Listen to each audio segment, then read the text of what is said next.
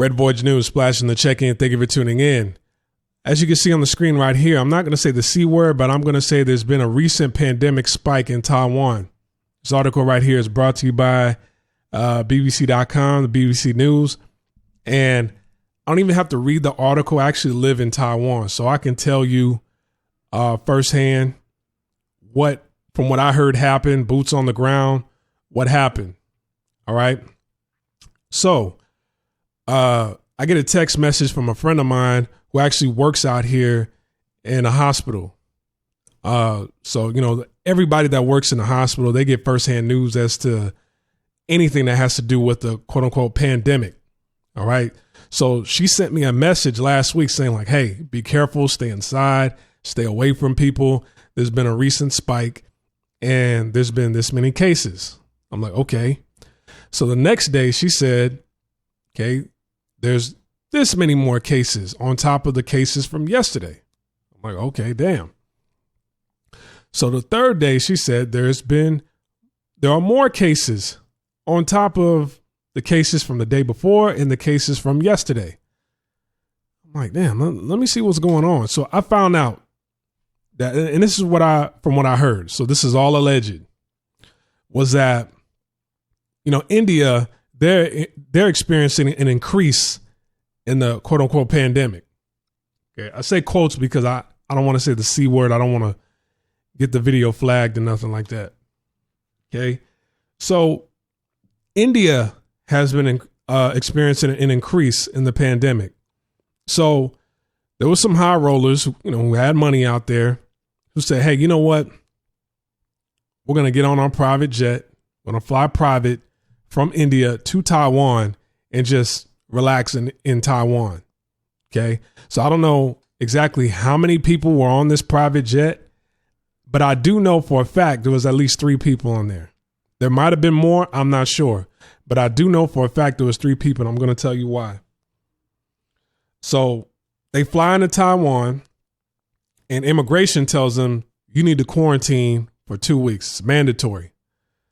They said, yeah, whatever. They just brushed that off. They blew that off and went straight to the hostro. They went straight to the brothels. They went straight to the red light district. Started having sex with some hoes. Okay. Some prostitutes. Okay.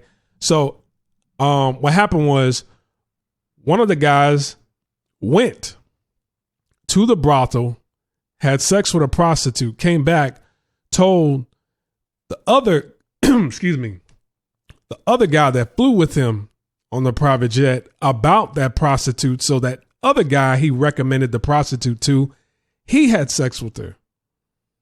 Okay. Now, one of the guys that out of the 2 men, one of them actually brought their daughter with them. And that from what I heard, their daughter is of age. She's pretty much old enough to, travel around Taiwan on her own. So she traveled all the way down from Taipei to Kaohsiung. Kaohsiung is like the last major city at the bottom of Taiwan. Okay. She was traveling up and down Taiwan, taking pictures, sightseeing, stuff like that. And she actually went to a gym in Taipei and was working out. So all 3 of them did not quarantine. And you got 2 guys who are roaming around the city, exposing this to thousands upon thousands, millions of people, having sex with prostitutes. Then you have the daughter who is traveling up and down Taiwan, exposing this to millions of people. Flew in, landed in the top end of the island, traveled all the way down by high-speed rail, exposing this to people on the high-speed rail, exposing this to people all throughout Kaohsiung. And I think she might have stopped off in different cities in between Taiwan. In between Kaohsiung and Taipei. So she might have stopped off in Tainan, Taichung, Hsinchu, Taoyuan. You never know. But you got to think, people that, when you're traveling through high-speed rail from Taipei to Kaohsiung, people are getting on and off when you're sitting on a high-speed rail train with somebody who has it. They're, potentially exposing other people who are getting on and off at each stop. But right now, as they're saying that Taipei is the main spot for, the hot spot for the infections right now. Okay, so they implemented some new laws. And the thing is right now, from what I'm going through, I drink bottled water. I should be drinking filtered water, but we have 7-Elevens around here. And these 7-Elevens out here are not the same as the 7-Elevens back home out west. All right. These 7-Elevens, they have tables, chairs, lounge rooms. They have pre-made meals. It's not like any other 7-Eleven you've ever been to ever. All right. Before you go into any establishment that's open, 7-Elevens, the shopping malls, grocery stores, you have to scan a QR code, or you got to write your name and your number on a list so that if anybody in each establishment you go to is infected, they know, okay, we can call all of these people back in, send them a text message, say, hey, you need to come in and get tested. Before this spike occurred, I'm talking about all throughout last year and this year up until this point in time, nobody was wearing their masks out in public. I think I was the only one. Well, I wouldn't say the only one. I was one of the few people who actually wore their mask out in public. You have certain companies, certain employers out here that when you go in a public place, yes, some people were wearing their masks because they were working, especially if you were at a school, stuff like that. But when I would go into these shopping malls, I never saw anybody wearing their mask. I never saw people at these grocery stores wearing their masks. Now, of course, in the meat department, and I think the produce department, they were wearing masks. But other than that, I didn't see any workers around the city wearing their masks. I didn't see citizens around the city wearing their masks. It was just a maskless city that didn't really worry about it because they felt like they had everything under control. At one point in time, I think people out here just felt like they were immune to everything that was going on out here.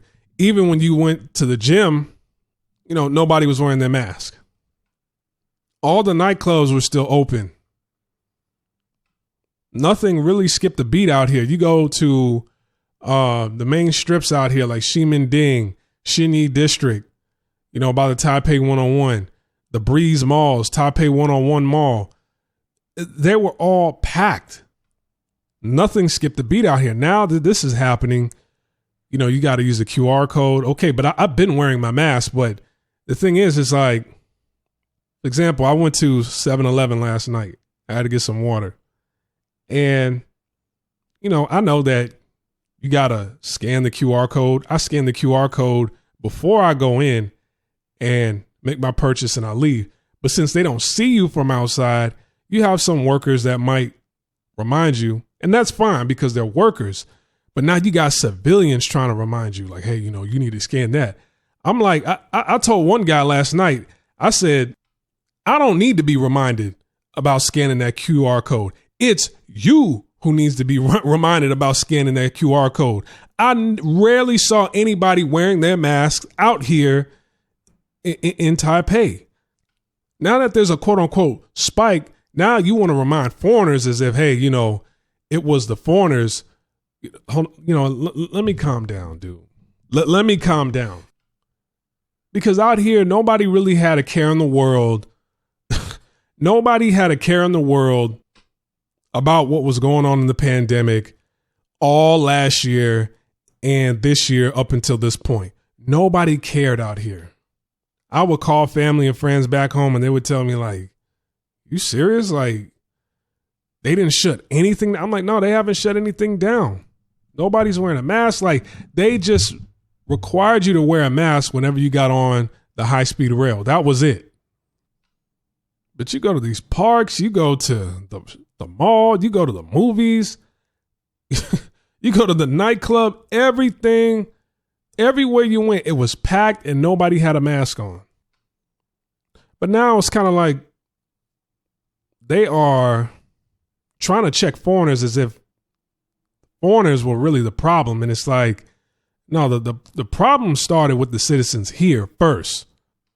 And yeah, I know people from India are considered, classified as foreigners, when it comes to traveling throughout different countries in Asia, but it's still in the continent of Asia. All right. Somebody on the continent of Asia traveled to another country and they didn't really enforce that quarantine regulation as hard as they should have. I mean, you still have some people, they got to get to where they need to go. So I hopped on my motorbike the other night and, I didn't get off my motorbike. I had my mask on while I was riding. Of course, I had my helmet on. I was just riding around the city, over the weekend, this past weekend, just to see how everything looked. I took pictures too. And at some of the most busiest shopping malls, the most busiest areas on a Saturday and a Sunday, they were dead empty. Like I said, I never got off my motorbike. I was still on my motorbike just looking and observing. Never seen this place so empty. Everybody's inside. Everybody's inside. All right. So, that's all I want to say as far as the story and what's going on out here. That's the,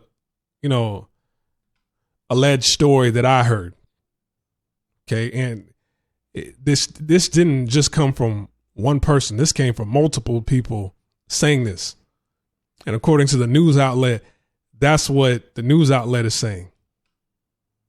So yeah, like, subscribe, comment, share this video. Let me know what you think in the comment section below. I'm over and I'm out. Peace.